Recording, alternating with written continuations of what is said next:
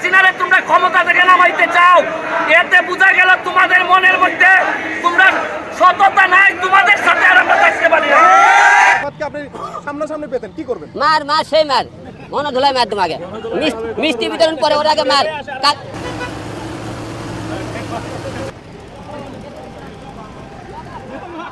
আসসালামু আলাইকুম দর্শক, দেশ ও দেশের বাইরে থেকে যারা এই মুহূর্তে ভিডিওটি ওপেন করেছেন সবাইকে অসংখ্য অসংখ্য ধন্যবাদ।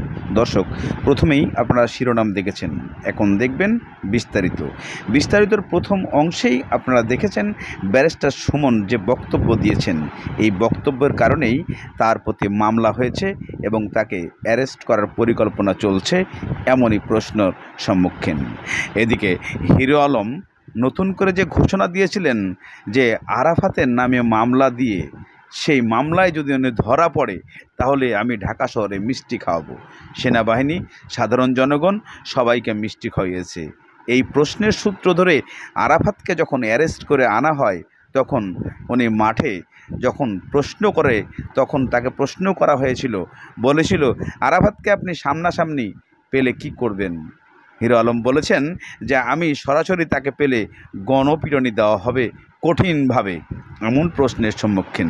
তবে ব্যারিস্টার সুমন কেন কী কারণে মামলা হয়েছে সেই মামলার ভিডিওটা আপনারা এখানে পেয়ে যাবেন। কি বলেছিল এই ব্যারিস্টার সুমন, সেই সূত্রটা আপনারা অনেকেই জানতেন না, তবে অনেকে অনেকভাবে বক্তব্য দিয়েছেন। ব্যারিস্টার সুমনের শেষ মুহূর্তে যে বক্তব্যটা আপনারা শুনতে পারবেন ভিডিওর মাঝামাঝি অংশে। চলুন আমরা হিরো আলমের সেই আরাফাতের ভিডিও দেখি।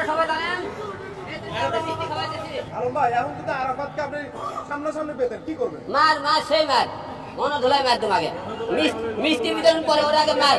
কালকে কোর্টে যাবো, কালকে কোর্টে দেবো, আমার সামনে খালি পায় ওরে, কালকে কোর্টে মারবো ওরে, কালকে ডিম মারবো, কষা ডিম মারবো কোর্টে।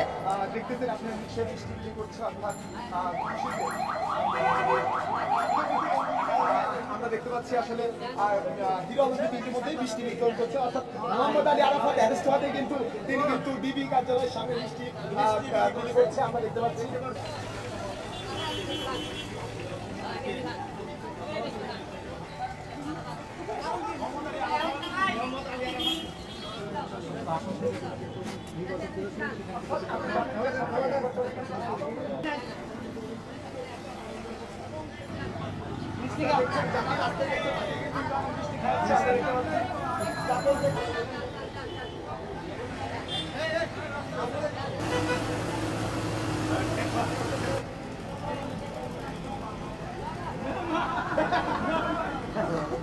আরাফাত ধরা পড়েছে, আপনারা সবাই জানেন।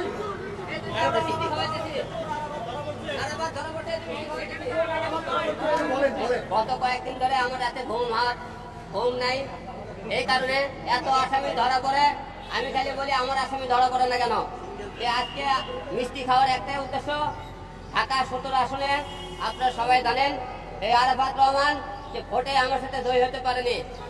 তারপরে সে যখন ভোটে জয়ী হতে না পারে তখন আপনারা দেখেছেন সে তার গুন্ডা বাহিনী দিয়ে রাস্তার উপর ফেলে আমাকে মারধর করেছিল এবং আমি কোনো রকম সেখান থেকে আমার নিজের জীবন বাঁচানোর জন্য সেখান থেকে আমি দৌড়ে পালিয়ে যাই।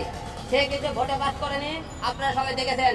আমাকে মারধর করেছে এই কারণে যখন সে ভোটে জিততে পারতেছিল না তখন সারা জাল ভোট মারতেছিল। কেন্দ্রে সেই জাল ভোট যখন মারে আমি হাতে নাতে ধরি, সেই টাইমে তারা কেন্দ্র থেকে আমাকে ধাক্কে বাদ করে নিয়ে আসে, পোষণ ধরে মারধর করে। যে আজকে আমি ভীষণভাবে খুশি এবং শুধু আমি একা, দেশের জনগণ সবাই খুশি যে এইরকম একটা লোককে ধরা পড়েছে, সে সন্ত্রাসী আমাদের দেশের সম্পদ লুট করছে এবং আমাদের জনগণের ক্ষতি করছে।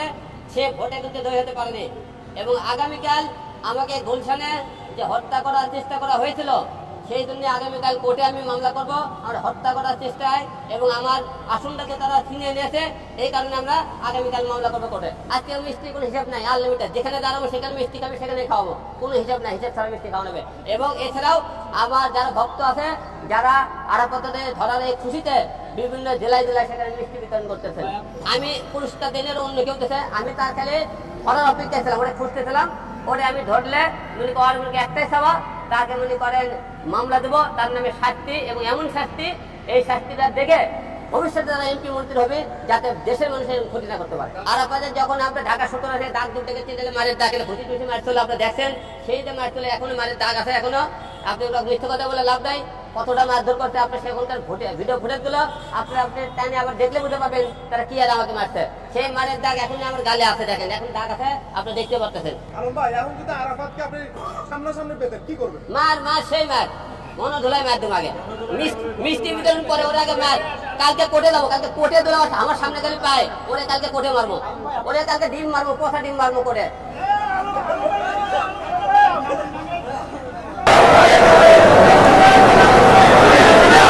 সাবেক তথ্য সম্প্রচার প্রতিমন্ত্রী মোহাম্মদ আলী আরাফাতকে গ্রেফতার করেছে মহানগর গোয়েন্দা পুলিশ। এদিকে হিরো আলমের বক্তব্য শেষ করার পরে আপনারা কিছু বক্তব্য শুনতে চলেছেন, যেখানে হিরো আলম যে বক্তব্যগুলো দিয়েছে, যে কথাগুলো বলেছে কতটা সঠিক। আপনারা হয়তোবা অনেকেই ভুলে গেছেন যে হিরো আলম যখন ঢাকা 10 আসনে নির্বাচন করেছিলেন, সেখানে আরাফাত তাকে অনেক নির্যাতন করেছিলেন, মারধর করেছিলেন তার লোকজন দিয়ে। সেই প্রতিশোধই হিরো আলম নিলেন আজকে। তবে ব্যারিস্টার সুমনের সে অপরাধের দায়ভার কে নেবে? ব্যারিস্টার সুমন নিজেই নাকি তার জনগণ? এমন প্রশ্ন অনেকেই করে বসেন এবং এমন প্রশ্নে অনেকেই অবাক হয়ে যান যে ব্যারিস্টার সুমন শেষ মুহূর্তে কেন এই কথাগুলা বললেন। উনি পোল্টি মারলেন, উনি সরাসরি খাস আওয়ামী লীগ। আপনারা সবাই জেনে গেলেন কোটা আন্দোলনের শেষ মুহূর্তে এসে যে উনি বাংলাদেশের কি মানুষ, বাংলাদেশের কাদের জন্য উনি কাজ করছে, এমন প্রশ্নের সম্মুখীনে আপনারা এই ভিডিওটা দেখবেন। চলুন ব্যারিস্টার সুমনকে কেন মামলা দেওয়া হয়েছে এই সেই বক্তব্য আপনারা শুনে আসুন, তাহলেই বুঝতে আমি আওয়ামী লীগের সাথে নৌকার সাথে প্রতিদ্বন্দ্বিতা করে এমপি হয়েছি। আমারে এরা ভাবছে যে আমারে বলে এক সময় বলে যে আপনি প্রধানমন্ত্রী হয়ে যাবেন, প্রেসিডেন্ট হয়ে যাবেন, এসব বলে আমার লোভ দেখায়। কিন্তু এরা জানে না যে আমি স্বতন্ত্র এমপি হইলে আমার রক্তের মধ্যে বঙ্গবন্ধুর আদর্শ আছে। প্রধানমন্ত্রীর তো আর অমুক অমুকের লোভ বঙ্গবন্ধুরে কেউ দেখাইতে পারে না।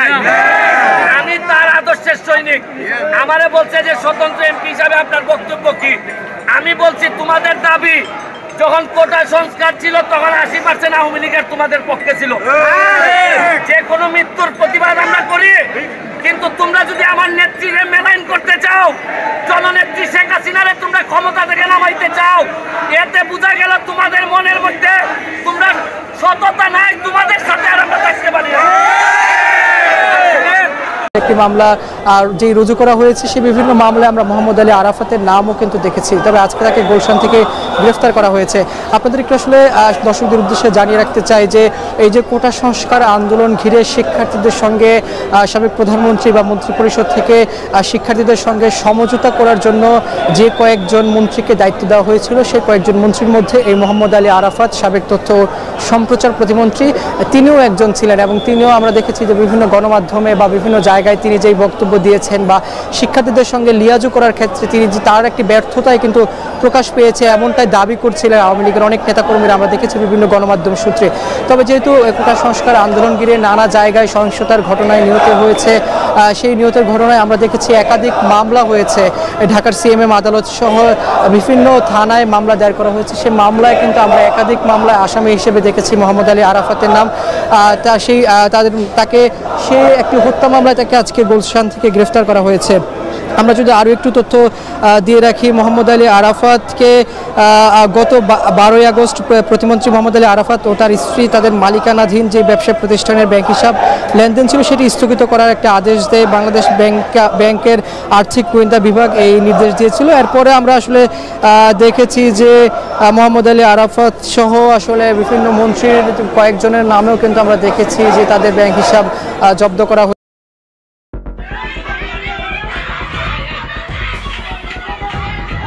প্রধান শিক্ষিকার কক্ষে ঢুকে তাকে চেয়ার থেকে নামাতে ও পদত্যাগপত্রে স্বাক্ষর করাতে জোরাজুরি করছে একদল শিক্ষার্থী। এক পর্যায়ে শিক্ষিকা জোরাজুরি করা এক ছাত্রীকে চর মারেন। তবুও শিক্ষার্থীরা তাকে চেয়ার থেকে নামানোর চেষ্টা চালিয়ে যায়। এমন ভিডিও ভাইরাল হয়েছে সামাজিক যোগাযোগ মাধ্যম ফেসবুকে। যদিও ঘটনাটি ঘটেছে জামালপুরের সরিষাবাড়ি উপজেলার সালেমা খাতুন বালিকা উচ্চ বিদ্যালয়ে। জানা যায় অনিয়ম ও দুর্নীতির অভিযোগে ওই বিদ্যালয়ের প্রধান শিক্ষিকা ওয়াজেদা পারভিনের পদত্যাগের দাবিতে গত 25শে আগস্ট দুপুরে বিক্ষোভ সমাবেশ ও মানববন্ধন করে বিদ্যালয়ের শিক্ষার্থীরা। এমন সময় বিদ্যালয়ে থাকা প্রধান শিক্ষিকা ওয়াজেদা পারভিনের রুমে ঢুকে জোর করে পদত্যাগপত্রে স্বাক্ষর নেওয়ার চেষ্টা করেন তারা। এসবের পরও পদত্যাগ করেননি ওই শিক্ষিকা।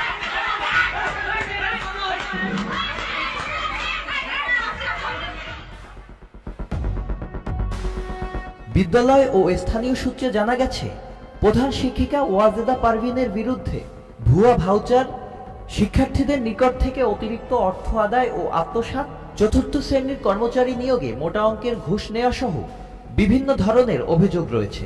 পদত্যাগ দাবি করে শিক্ষার্থীরা তার রুমে গেলে তার সঙ্গে হাতাহাতির ওই ঘটনা ঘটে, যা ইতিমধ্যে সামাজিক যোগাযোগ মাধ্যমে ছড়িয়ে পড়েছে। পরে পদত্যাগ না করে তড়িঘড়ি করে বিদ্যালয় ত্যাগ করেন প্রধান শিক্ষিকা।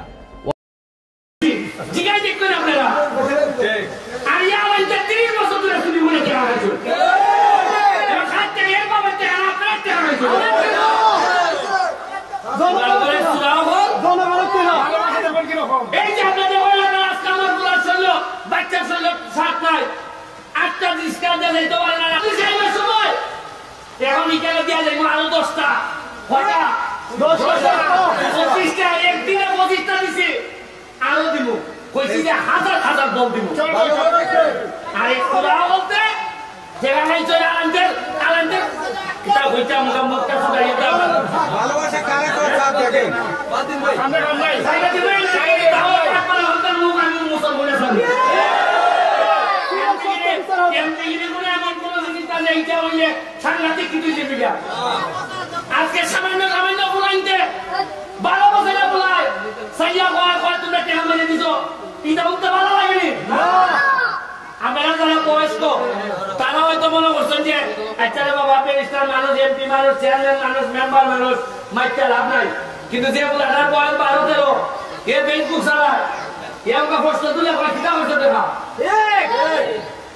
আপনারা আসতে দিইবা যে আমি খালি এমপি বলছিলাম কয় টাকা ভাই বরাদ্দ, কয় টাকা বরাদ্দ ভাই, এটা আমি আমার এলাকার সব মানুষের দাঁড়াই দিছি, সারা বাংলাদেশে দাঁড়াই দিছিলাম যে আমরা কয় টাকা বরাদ্দ ভাই।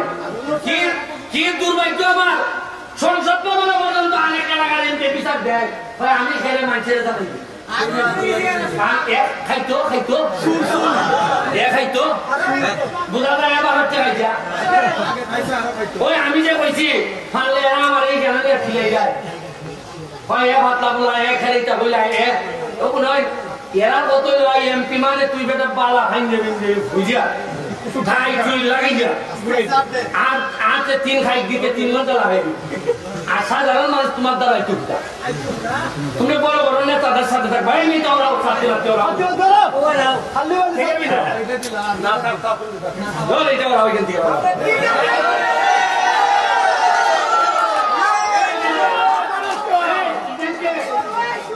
আমি যতদিন আছে